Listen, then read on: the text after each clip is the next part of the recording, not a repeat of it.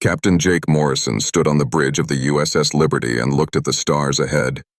He was a tall man with gray hair and kind eyes. Jake had been flying ships for 20 years, but he had never seen anything like this before. The Liberty was humanity's first ship built for deep space travel. It was not the biggest ship or the fastest ship, but it was strong and reliable. 200 brave men and women called it home as they explored the galaxy far from Earth. "Captain, we are getting some very strange readings," said Lisa Park, the chief science officer. She was a smart woman with short black hair who loved solving mysteries. Her computer screen showed bright flashing lights and numbers that kept changing. Jake walked over to look at her screen. "What kind of strange readings, Lisa?" "Energy signatures from the Kepler 442 system. These are not natural, sir. Someone is using very powerful weapons out there. The energy levels are much higher than anything we have ever seen." Ryan Clark, the tactical officer, turned from his station. He was a former soldier with strong arms and a serious face. "Captain, those energy readings look like a battle. A very big battle." Jake felt his heart beat faster. Earth Command had told them to be careful and avoid any dangerous situations. Their mission was to explore and learn, not to fight. But something about these readings made him curious. "How far away is the Kepler 442 system?" Jake asked. 3 days at maximum speed," said Kate Brown, the ship's engineer. She was a young woman with red hair who could fix anything that broke. "But Captain, Earth Command said we should stay away from unknown energy sources." Dr. Ben Hayes, the ship's doctor, looked up from his medical reports. He was an older man with a gentle voice who cared about everyone on the ship. "Jake, if there is a battle going on, there might be people who need help." Jake thought for a moment. The smart thing to do was to send a message to Earth and wait for orders. That would take 6 months because of the distance. But if people were fighting and dying right now, 6 months might be too late. "Set course for Kepler 442, Jake said finally. "Maximum speed." "Sir, are you sure about this?" Ryan asked. "No, I am not sure," Jake replied honestly. "But we are explorers. We came out here to see what is beyond our world. Well, there is something out there, and we need to know what it is." The Liberty turned toward the distant star system. The big engines hummed as the ship picked up speed. Jake could feel the excitement and worry of his crew. They were about to see something no human had ever seen before.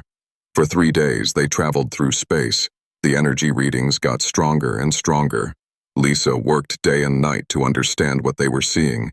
The numbers on her screen showed weapons more powerful than Earth's biggest bombs. "Captain, I think we need to be very careful," Lisa said on the 3rd day. "Whatever is happening out there, it is much bigger than anything humans have ever built." When they finally arrived at the edge of the Kepler 442 system, Jake could not believe his eyes. The main screen showed a sight that made everyone on the bridge go quiet. 2 huge fleets of alien ships were fighting each other. The ships were like nothing humans had ever imagined. Some looked like they were made of crystal and shined with bright light. Others looked like they were grown instead of built, with curves and shapes that seemed alive. Bright beams of energy flew between the ships. When they hit, the target ships exploded in balls of fire. Some weapons seemed to bend space itself, crushing ships like tin cans. The battle covered an area larger than Earth's solar system. "My God," whispered Tony Garcia, the communications officer. He was a young man who spoke many languages. "How long have they been fighting?" Lisa checked her instruments. "Based on the debris field and radiation patterns, this battle has been going on for a very long time, maybe hundreds of years." "Both sides have technology far beyond ours," Ryan said, studying the tactical display. "Our weapons would be like throwing rocks at them." Jake watched the destruction with sad eyes. He had seen war before, but never anything like this. Ships bigger than cities were being destroyed in seconds. He wondered how many lives were being lost with each explosion. "Captain, both fleets have noticed us," Ryan reported. "They are scanning our ship." "What do their scans show them?" Jake asked. "That we are very primitive compared to them," Ryan replied.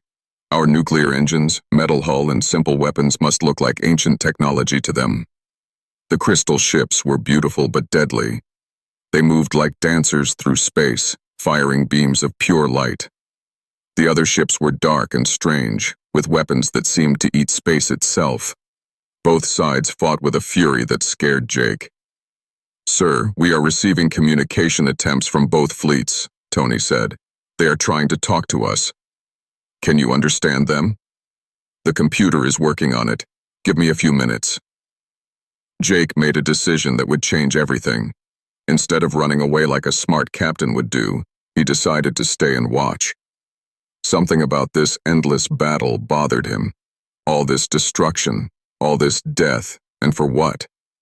"Tony, when you get the translation working, I want to talk to both sides," Jake said. "Both sides, sir? At the same time?" "Yes. If they want to know who we are, they can both hear the answer." Lisa looked worried. "Captain, we might be starting something we cannot finish." Jake nodded. "Maybe. But we might also be stopping something that should have ended long ago." The USS Liberty, a small human ship with simple weapons and a crew of dreamers, floated between two alien fleets that had been killing each other for centuries. Jake Morrison did not know it yet, but his decision to stay would change the galaxy forever. The war was about to meet something it had never seen before. It was about to meet humanity. The first message came from the crystal ships. Their voice sounded like music, but cold music without feeling. Tony Garcia worked hard to make the translation work while sweat ran down his face. "Unknown vessel, you have entered a war zone. Identify yourself or be destroyed," the crystal being said. Their words came with strange singing sounds that made the ship's speakers buzz. Jake stood up straight on the bridge. "Tell them we are humans from Earth. We are explorers, not warriors. We want to understand what is happening here." Tony sent the message. A few minutes later, a different voice came through. This one sounded rough and angry, like metal scraping against stone. "Weak flesh things, you will leave now or become food for our weapons," the second group said. "This battle is not for you." Lisa was studying both fleets with her instruments. "Captain, I am learning amazing things about these aliens. The crystal ships seem to be controlled by beings made of living rock and light. The other ships have creatures that are part machine and part animal." "What are they fighting about?" Jake asked. "From what I can see, they are fighting over planets rich in rare metals and energy sources. But here is the strange part. They have been fighting so long that most of these planets are now dead and useless." Ryan shook his head as he watched the battle continue. "They are destroying the very things they are fighting for. It makes no sense." Dr. Ben Hayes joined them on the bridge. "Captain, I have been thinking about this. In all of human history, our wars always ended somehow. Someone won, someone lost, or people got tired of fighting. But these aliens seem to fight forever." "Maybe they do not know how to stop," Kate Brown said from her engineering station. "Maybe they have been fighting so long that they forgot why they started." Suddenly, alarms started ringing all over the ship. A damaged crystal ship was spinning out of control, heading right toward them. It was leaking air and energy, and Jake could see that the beings inside were dying. "Captain, that ship will crash into us in 5 minutes, Ryan reported, "but it looks like there are survivors inside." "Can we help them?" Jake asked. "Sir, they just told us to leave or be destroyed," Ryan reminded him. Jake looked at the spinning ship on the screen. He could see lights flickering inside, which meant someone was still alive. In his mind, he could hear Dr. Hayes talking about the wounded soldiers he had treated in Earth's wars. It did not matter which side they fought for. They were all people who needed help. "Ben, get your medical team ready. Kate, prepare the shuttle bay. We are going to rescue them." "Sir, both fleets are still shooting at each other. If we go out there, we might get hit," Ryan warned. "Then we better be fast," Jake replied. "Lisa, send messages to both fleets. Tell them we are doing a rescue mission. Tell them we do not take sides in this war." The Liberty moved carefully toward the damaged ship. The crystal beings inside were beautiful in a strange way. They looked like walking statues made of blue and white light, but they were clearly hurt and scared. Dr. Hayes and his team worked quickly to bring the survivors onto the Liberty. One of them was very young. At least it seemed young compared to the others. This one had brighter light and seemed curious about the humans. "I am Keth 5, the young crystal being said when Tony got the translator working better. "Why do you help us? We are your enemies now." Dr. Hayes looked confused. "Enemies? We just met you 5 minutes ago. How can we be enemies?" "Because you are not Zephyrian. Everyone who is not Zephyrian is an enemy. That is the way it has always been." Jake came to the medical bay to talk to the survivors. "Keth 5, what are Zephyrians?"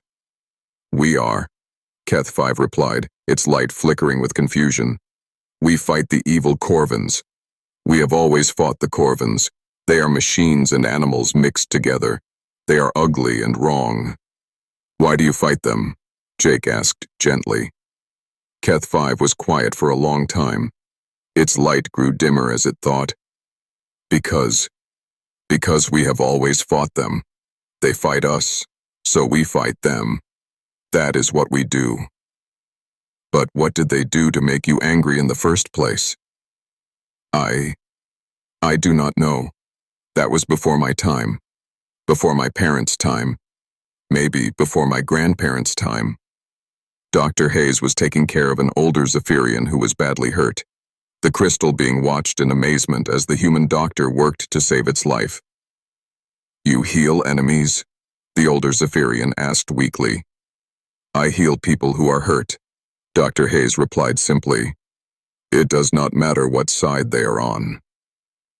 Meanwhile, the dark ships, the Corvans, were moving closer to the Liberty. Their ships looked like huge metal animals with too many teeth. Jake could see that they were angry about the rescue. "Human ship, you help our enemies. This makes you our enemy too," came the rough voice of the Corvan leader. "We help people who are hurt," Jake replied calmly. "If your people were hurt, we would help them too." "Lies. No one helps Corvans except Corvans. No one helps enemies." "Then you have never met humans before," Jake said. The Corvan ships started to surround the Liberty. Their weapons were charging up, ready to fire. Jake could see that they were much more powerful than anything his ship had. "Captain, they are preparing to attack," Ryan reported. "Our shields will not stop their weapons for long."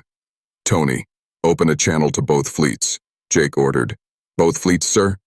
"Yes, it is time for them to meet their first humans properly." When the channel was open, Jake spoke in a clear, strong voice. "This is Captain Jake Morrison of the human ship Liberty. We come from a planet called Earth, far from here. We are explorers seeking knowledge and friendship." Both fleets went quiet. Even the shooting stopped for a moment. "We have rescued survivors from a damaged Zephyrian ship because they needed help. If Corvan ships were damaged, we would rescue them too. This is what humans do. We help people who are hurt, no matter who they are." "Impossible," said the Corvan leader. "No one helps enemies." "You are not our enemies," Jake replied. "We do not even know you yet. How can someone be your enemy if you have never met them before?" Keth 5 listened to this conversation with growing amazement. It had never heard anyone talk about enemies this way. In its world, enemies were just enemies. That was how things worked. "Human Jake Morrison," Keth 5 said quietly, "what you say is very strange to us. We are born knowing who our enemies are. We are taught to fight from the time we are very small. How can you not know who your enemies are?" Jake knelt down next to the young Zephyrian. "On our world, we learned something important. We learned that most fights start because people are afraid or angry about something. But if you talk to each other, sometimes you find out the fight was not necessary." "You mean, you can choose not to fight?" "Yes," Jake said simply. "You can always choose not to fight." The idea was so strange to Keth 5 that its light flickered like a broken lamp. Choose not to fight? The concept was so alien that it hurt to think about it. Outside, both fleets were still pointing their weapons at the Liberty. But something had changed. For the first time in centuries, they had heard someone say that fighting was a choice, not a law of nature. Jake Morrison did not know it yet, but he had just planted a seed that would grow into something that would change the galaxy forever. Dr. Ben Hayes had seen many strange things in his years as a doctor, but nothing like this. In his medical bay, he had Zephyrian beings made of living crystal lying next to empty beds. The crystal beings did not need the beds, but they seemed to like the soft lights and gentle sounds of the human medical equipment. "Dr. Hayes," said Keth 5, the young Zephyrian, "why do you make this place so peaceful? On our ships, medical areas are cold and bright. We fix what is broken and send warriors back to fight." Ben smiled as he checked on the older Zephyrian who was slowly getting better. "Because healing works better when people feel safe and calm. Pain goes away faster when you are not afraid." "You treat us like we are important," Keth 5 observed. "But we are your prisoners now, yes?" "Prisoners?" Ben looked surprised. "You are guests. You are hurt people who needed help. When you are better, you can go home if you want to." This idea shocked Keth 5 so much that its light turned bright white. "We can leave? Just like that?" "Of course. Why would we keep you here?" "Because we are enemies. Because that is what you do with enemies." Amy Walsh, one of the nurses, overheard the conversation. She was a kind woman who always smiled, even during hard times. "Honey, you are not our enemies.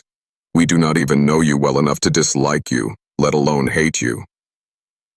On the bridge, Captain Jake was dealing with a new problem. Both alien fleets were demanding that he choose a side in their war. "Human Morrison," said Zara 9, the leader of the Zephyrian fleet. Her voice was like singing ice. "You have helped our people. This means you are our allies now. You must fight the evil Corvans with us." At the same time, the Corvan leader was saying something different. "Human Captain, the Crystal Singers have poisoned your mind with their lies. We will teach you the truth about these enemies. Join us and we will share our strength with you." Jake looked at Lisa Park, who was shaking her head. "Captain, I have been studying both fleets. They have been fighting for so long that they have forgotten everything except war. Their whole cultures are built around destroying each other." "What were they like before the war?" Jake asked. "I do not think there was a before," Lisa replied sadly. "Their oldest records that I can translate are all about fighting. It goes back hundreds and hundreds of years." Tony Garcia looked up from his communication station. "Captain, both sides are getting impatient. They want an answer about which side we will join." "Tell them we choose a third option," Jake said. "A third option, sir?" "Tell them we choose peace." When Tony sent this message, both fleets went very quiet. Then both alien leaders started talking at the same time, their voices full of confusion and anger. "Peace is not possible," said Zara 9. "There is only victory or death. There is only us or them. You must choose." "The Crystal Singers and the Flesh Machines cannot exist in the same galaxy," said Thektar, the Corvan leader. "One side must destroy the other. That is the law of existence." Jake made a decision that surprised everyone, including himself. "I want to talk to both of your leaders, face to face, on my ship." The bridge went silent. Ryan Clark turned around in his chair. "Sir, are you asking two people who have been trying to kill each other for centuries to sit down and have a conversation?" "That is exactly what I am asking." "Captain," Lisa said carefully, "they might try to kill each other right here on our ship." "Then we will have to make sure they do not," Jake replied. It took 6 hours of talking before both alien leaders agreed to come aboard the Liberty. They both thought the idea was crazy, but they were also curious about these strange humans who did not understand the basic rules of war. Zara 9 arrived first. She was beautiful in a cold, sharp way, like a statue made of blue ice and starlight. Her body was tall and thin, and light moved through her like water. When she walked, she made soft musical sounds. Thektar came an hour later. He was the opposite of Zara 9 in every way. His body was part machine and part creature, with metal bones showing through dark skin. His eyes glowed red, and he moved like a predator hunting for food. Jake met them in the ship's main conference room. It was a simple room with a round table and soft lighting. Dr. Hayes had suggested putting some plants around the room to make it feel more peaceful. This is very strange, Zara 9 said, looking around the room. Where are your weapons? Where are your guards? Are you not afraid we will fight? If you fight, you fight, Jake replied calmly, but I do not think you will. Why not? Thektar growled. His voice sounded like rocks grinding together. Because you are both intelligent beings, and intelligent beings can talk instead of fight. Both alien leaders stared at Jake as if he had said something impossible. Crystal Singer and Flesh Machine cannot talk, Thektar said. We can only fight. That is the natural order. The Flesh Machines are evil, Zara 9 agreed. They destroy beauty and create ugliness. They must be stopped. The Crystal Singers think they are better than everyone else, Thektar replied angrily. They believe only they deserve to live. They must be crushed. Jake listened to them argue and realized something important. They were not really talking to each other. They were talking past each other, saying the same angry words they had probably been saying for hundreds of years. Stop, Jake said quietly, but both aliens heard him and went silent. Zara 9, have you ever actually talked to a Korvan before today? Talk to them? Of course not. They are the enemy. Thektar, have you ever had a real conversation with a Zephyrian? Why would I waste time talking to Crystal Singers? They only lie and sing their poison songs. Jake looked at both of them. So you hate each other, but you have never actually tried to understand each other? There is nothing to understand, both aliens said at almost the same time. Just then, Keth 5 entered the room. The young Zephyrian had been listening to the conversation and wanted to say something. Amy Walsh, the nurse, was with him. She had become friends with the young alien during his recovery. Fleet Singer Zara 9, Keth 5 said respectfully. The humans have been very kind to us. They saved our lives and asked for nothing in return. Of course they did, Zara 9 replied. They are our allies now. But they also said they would save Korvan lives if Korvans were hurt, Keth 5 continued. Zara 9's light flickered with confusion. That makes no sense. Why would anyone save their enemies? Amy Walsh stepped forward. She was nervous about talking to these powerful alien leaders, but she felt she had to say something. Because we think everyone deserves a chance to live. Everyone has people who love them and will miss them if they die. Even Korvans? Zara 9 asked, as if the idea was ridiculous. Even Korvans, Amy replied firmly. Thektar had been quiet during this exchange, but now he spoke up. His voice was softer than before. Human female, do you really believe that Crystal Singers love their young the way we love ours? I think all parents love their children, Amy said. Love is love, no matter what you look like. For the first time in centuries, Zara 9 and Thektar looked directly at each other, not as enemies preparing to fight, but as two beings trying to understand a new idea. You love your children? Zara 9 asked Thektar, sounding surprised. Of course we do. Do you not love yours? Yes, but I thought you were just machines. I did not know you could love. And I thought you were just cold crystals without feelings. Jake watched this exchange with growing hope. For the first time, these two species were seeing each other as people instead of enemies. Maybe, Jake said carefully, you should try to get to know each other before you decide to keep fighting. Both aliens looked at him with the same expression of confusion and curiosity that Keth 5 had shown when he first heard that fighting was a choice. The war was about to face its greatest enemy, the possibility that it was not necessary after all. The meeting in the conference room continued for hours. Jake Morrison watched as two species that had been enemies for centuries slowly began to see each other as real people. It was like watching ice melt in spring. Tell me about your children, Zara 9 said to Thektar. Her musical voice was softer now, curious instead of cold. Thektar's red eyes dimmed a little, the way humans' eyes might get soft when talking about family. Our young are born small and weak. We must protect them for many years while they grow strong. The war has taken many of our children, too many. Our children are the same. Zara 9 replied quietly. They start as tiny lights and grow brighter each year. When the war takes them, our whole community grows dimmer. Jake felt hope growing in his chest, but he also felt worried. Both alien leaders were talking about peace, but their fleets were still pointing weapons at each other outside. Lisa Park came into the room with a worried look on her face. Captain, I need to show you something important. She set up a holographic display that showed the star system around them. Red dots marked dead planets, yellow dots showed damaged worlds, and green dots were planets that could still support life. This is what your war has done, Lisa said to both alien leaders. In this system alone, you have made 12 planets uninhabitable. The metals and energy sources you are fighting over are mostly gone now, destroyed by your own weapons. Zara 9 stared at the display, her light flickering with shock. So much destruction. I knew the war was costly, but I never saw it like this.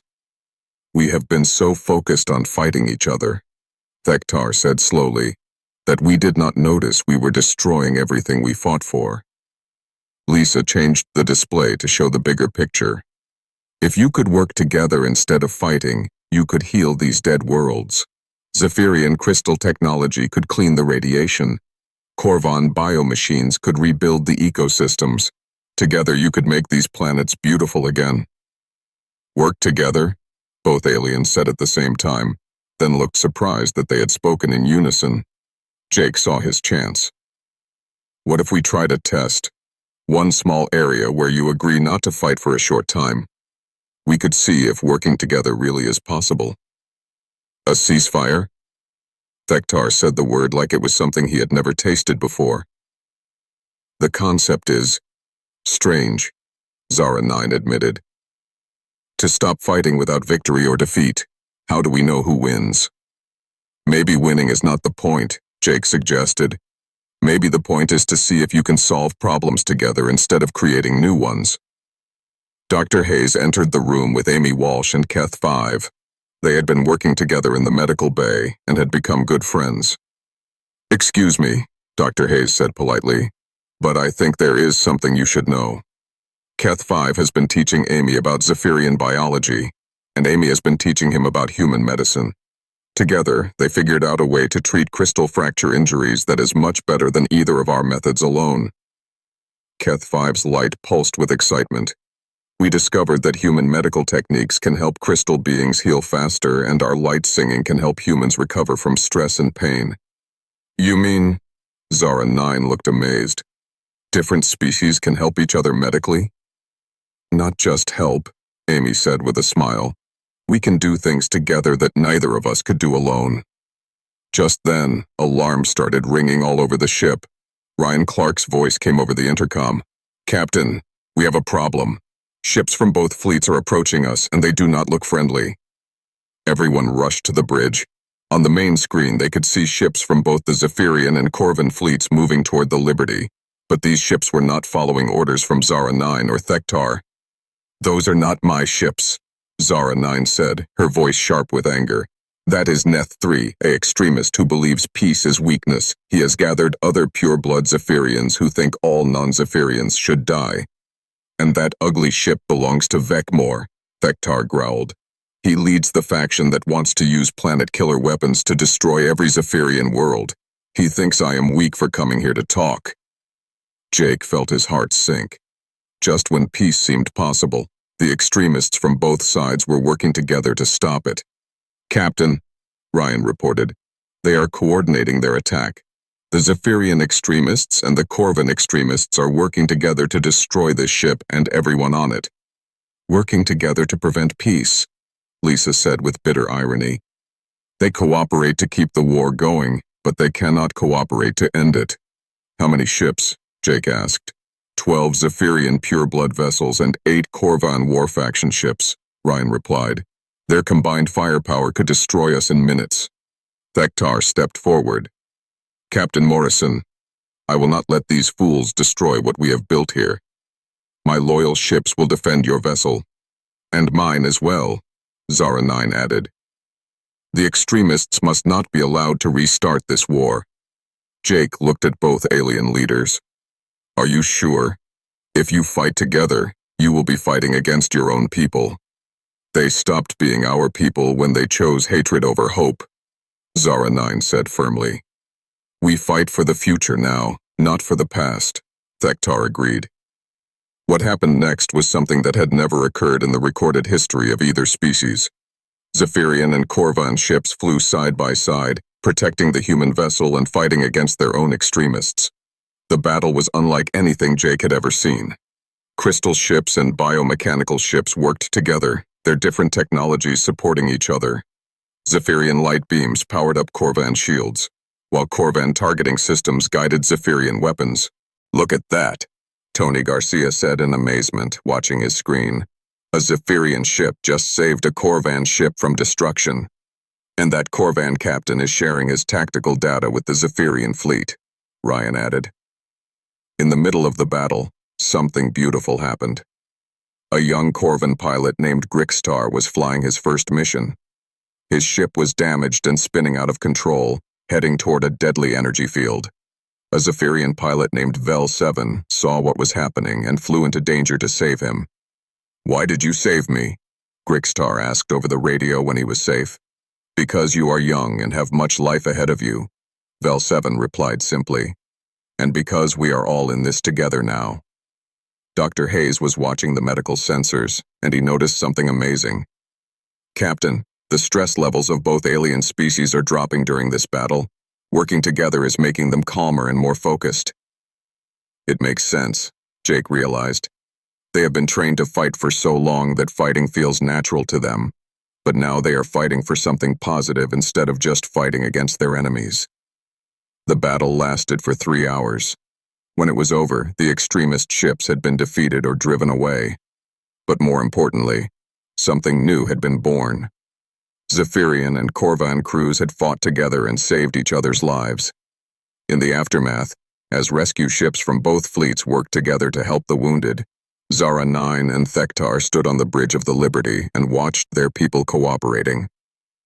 This is not the end of the war, Zara 9 said quietly. There will be more extremists, more people who want to keep fighting. But it is the beginning of something else, Thektar replied. The beginning of the possibility that we do not have to be enemies forever. Jake nodded. Change is always hard, but you have proven today that it is possible. Keth 5 approached the group, his light bright with excitement. Fleet Singer, War Prime, I have been talking with the other survivors. Many of us want to try this cooperation thing. We want to learn how to work together instead of fight. And I have been talking to my young pilots, Grixtar added, joining the conversation. They are tired of endless war. They want to build something instead of just destroying. Jake looked out at the stars, where ships from 2 species were working together for the first time in centuries. What you do next is up to you. But you have shown that peace is possible. The rest is just details.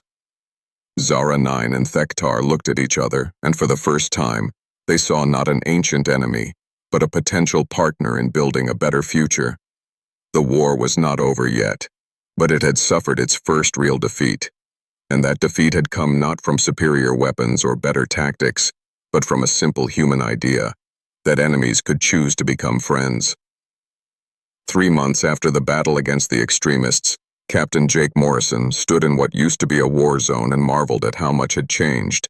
The Liberty was now surrounded by the strangest fleet in galactic history, Zephyrian crystal ships flying alongside Korvan biomechanical vessels, with human ships scattered throughout like bridges connecting 2 worlds. The first joint colony was taking shape on a planet that both sides had fought over for decades. Jake could see the construction from his bridge, Zephyrian crystal towers rising next to Korvan living buildings, with human habitation modules connecting them together. Captain, incoming message from the colony, Tony Garcia reported. His translation skills had improved so much that he could now speak both alien languages fluently. Put it through, Tony. The main screen showed a remarkable sight. Keth 5, the young Zephyrian who had been rescued months ago, was standing next to Grixtar, the Korvan pilot who had been saved during the battle. Between them was Amy Walsh, the human nurse who had somehow become friends with both of them. "Captain Morrison," Keth 5 said, his light pulsing with happiness. "We wanted to show you something wonderful." The camera moved to show a small Zephyrian child and a young Corvan playing together. The crystal child was teaching the biomechanical child how to make music with light, while the Corvan child was showing the Zephyrian how to grow living toys from seeds. "The children do not understand why their parents used to fight," Amy said with tears in her eyes. "To them, being different just makes life more interesting." Jake felt his heart swell with pride and hope. "How many families are living in the colony now?" 2,000 Zephyrians, 1,500 Corvans, and 50 humans, Grixtar replied. "And more arrive every day. Both of our peoples are curious about this thing called peace." Dr. Ben Hayes appeared on the screen behind them. He looked tired but happy. "Jake, you need to see this. We have made a medical breakthrough." The doctor led them to a clinic where Zephyrian and Corvan medical experts were working side by side. "We discovered that Zephyrian light healing can repair Corvan biomechanical injuries instantly, and Corvan regeneration techniques can fix damaged Zephyrian crystal structures." "You mean you can heal each other?" Jake asked. "Better than that," Dr. Hayes replied excitedly. "We can heal injuries that were impossible to fix before. A Zephyrian who lost part of their crystal matrix in the war can be completely healed using Corvan biotechniques. A Corvan with damaged mechanical parts can be repaired using Zephyrian light shaping." Lisa Park looked up from her science station. "Captain, I am receiving reports from across the galaxy. Word about the colony is spreading. Other species that have been at war for centuries are asking for human mediators." Jake felt both excited and overwhelmed. "Other species?" 12 different conflicts so far, Lisa confirmed. "The Aquatic Collective and the Gas Giant Alliance, the Silicon Mines and the Organic Consciousness, the Time Walkers and the Dimension Shifters. They all want to know how the Zephyrians and Corvans learn to work together." "And what are we telling them?" Jake asked. "The truth," said a familiar voice. Fleetsinger Zara 9 and War Prime Thektar entered the bridge together. Over the past 3 months, they had become not just allies, but genuine friends. "We tell them that peace requires courage," Zara 9 continued. "It is much harder to understand your enemy than to fight them. And we tell them that working together makes everyone stronger," Thektar added.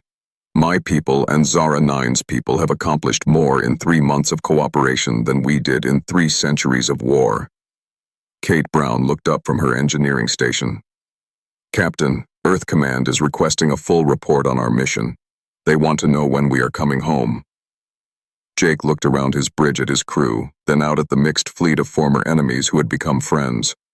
"What do you all think? Should we go home and report our success?"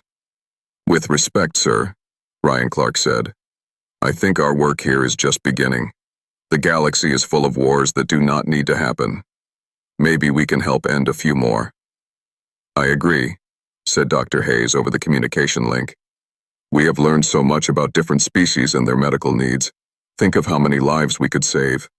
Amy Walsh stepped forward on the screen. "Captain, I would like to request permission to stay at the colony permanently. These people have become my family, and they still need someone to help them learn to live together." Jake smiled. "Permission granted, Amy. In fact, I think we should establish a permanent human presence in every piece we help create." Tony Garcia raised his hand. "Sir, I volunteer to stay too. Someone needs to help different species learn to communicate better." "Me too," said several other crew members. Lisa Park was studying data on her screen. "Captain, I am detecting something interesting. Energy signatures similar to our faster-than-light drive are appearing throughout this sector of the galaxy. I think other species are copying our technology to travel faster. Which means news of what we did here is spreading faster than we expected," Jake realized. Keth 5 appeared on the screen again, this time with a group of young Zephyrians and Corvans behind him.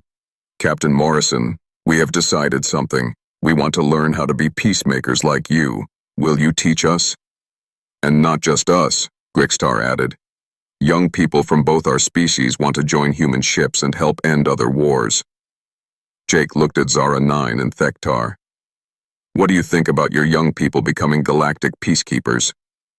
I think, Zara 9 said slowly, that we have spent too many years teaching our children how to fight. It is time to teach them how to build. Our children will create the future we never dared to dream of, Thektar agreed. 6 months later, Jake Morrison was no longer just a ship captain. He had been promoted to admiral of the new Galactic Peace Fleet. 50 human ships now traveled throughout the galaxy, each one carrying mixed crews of humans and former enemies who had learned to work together. The USS Liberty had become the flagship of something unprecedented, a fleet dedicated to ending wars instead of fighting them. Each ship was equipped with medical facilities, translation equipment, and most importantly, crews who understood that peace was possible. Admiral Morrison, came a voice over the intercom. It was Captain Lisa Park, now commanding her own ship, the USS Hope. We have successfully mediated the peace treaty between the Silicon Mines and the Organic Consciousness. Both sides are interested in establishing joint research facilities. Excellent work, Lisa, Jake replied. Any word from the other ships? The USS Harmony reports success with the Gas Giant Alliance conflict. The USS Unity is making progress with the Time Walker situation. And the USS Bridge has opened communications between 3 species that have never talked to each other before. Jake looked out at the stars and marveled at how much had changed. A year ago, he had been a simple explorer looking for new worlds. Now he was part of something that was changing the galaxy itself. Dr. Hayes appeared on his screen from the medical ship USS Healing. Jake, you need to see this. We now have medical knowledge from 47 different species. We can treat injuries and diseases that were considered incurable just a year ago. And the translator project? Jake asked. Tony's universal communication system is working perfectly, Dr. Hayes reported. Species that could never talk to each other before are now sharing knowledge and culture. Jake received another message, this one from Earth. It was from the President of Earth herself.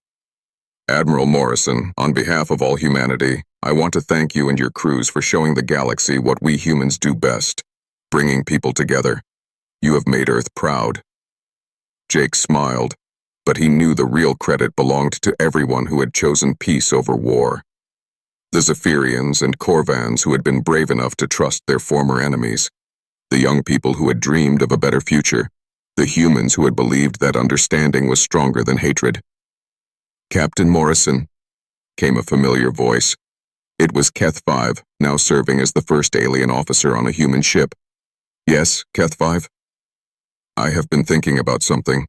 When we first met, I asked you why you helped us even though we were strangers. Do you remember what you said? I said that everyone deserves a chance to choose peace. That was the moment everything changed for me, Keth 5 said, his light warm and bright.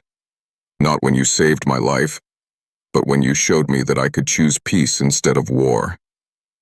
Jake looked around his bridge at the mixed crew of humans, Zephyrians, and Corvans working together as one team. That choice is available to everyone, Keth 5. We just have to be brave enough to make it. The USS Liberty continued its journey through the stars, carrying with it a simple but powerful message. That enemies could become friends, that differences could become strengths, and that peace was always possible for those brave enough to choose it. Behind them, the galaxy was slowly but surely changing. Wars that had lasted for centuries were ending. Species that had never met were becoming allies. And children who had been taught to hate were learning to love instead. All because one human ship had entered a war zone and refused to accept that war was the only answer. The galaxy would never be the same. And that was exactly how Jake Morrison and his crew wanted it.